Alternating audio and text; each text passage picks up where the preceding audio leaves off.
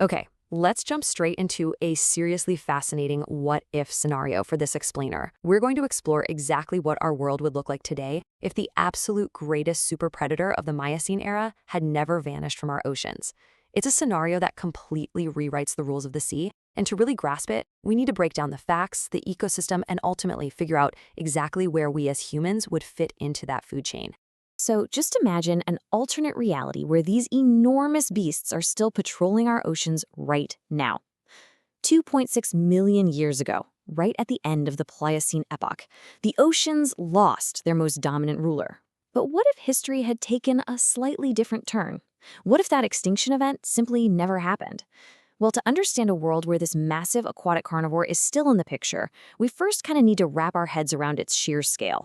The name Megalodon actually comes straight from Greek, literally translating to big tooth. And honestly, that title is 100% justified. We are talking about individual teeth measuring over 6 inches in length. I mean, just imagine a razor-sharp tooth the exact size of your hand. This wasn't just some large fish. This was a creature whose entire biology was perfectly specialized for maximum destruction. That brings us to Section 1. Meet the Megalodon, the blueprint of a super predator.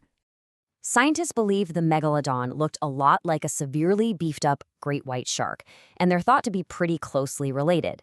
But the scale is entirely different. Reaching roughly 60 feet or 18 meters in length, this beast would easily rank among the absolute largest creatures in the ocean.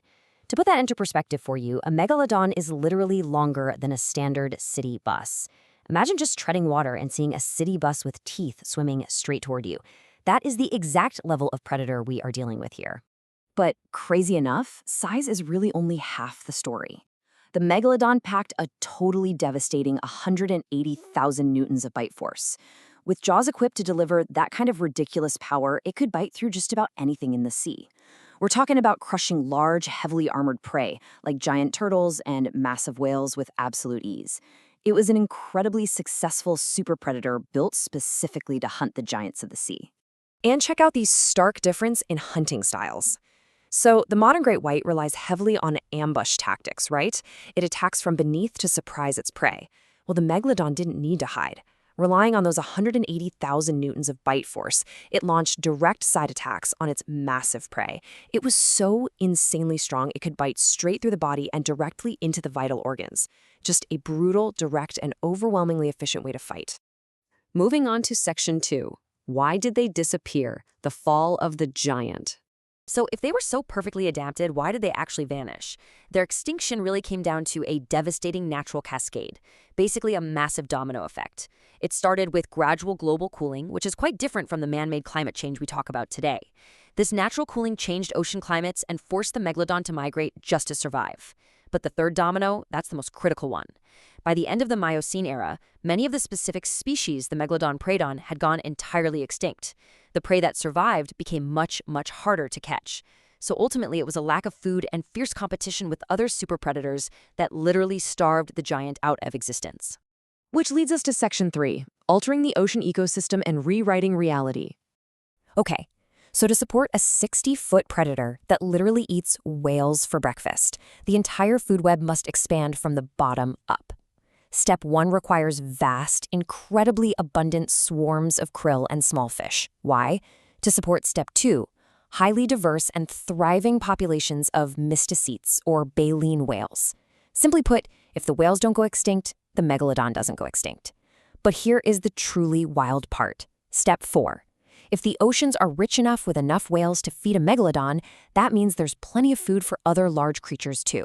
So in this reality, the Megalodon wouldn't be the only ancient super predator making waves in our oceans today.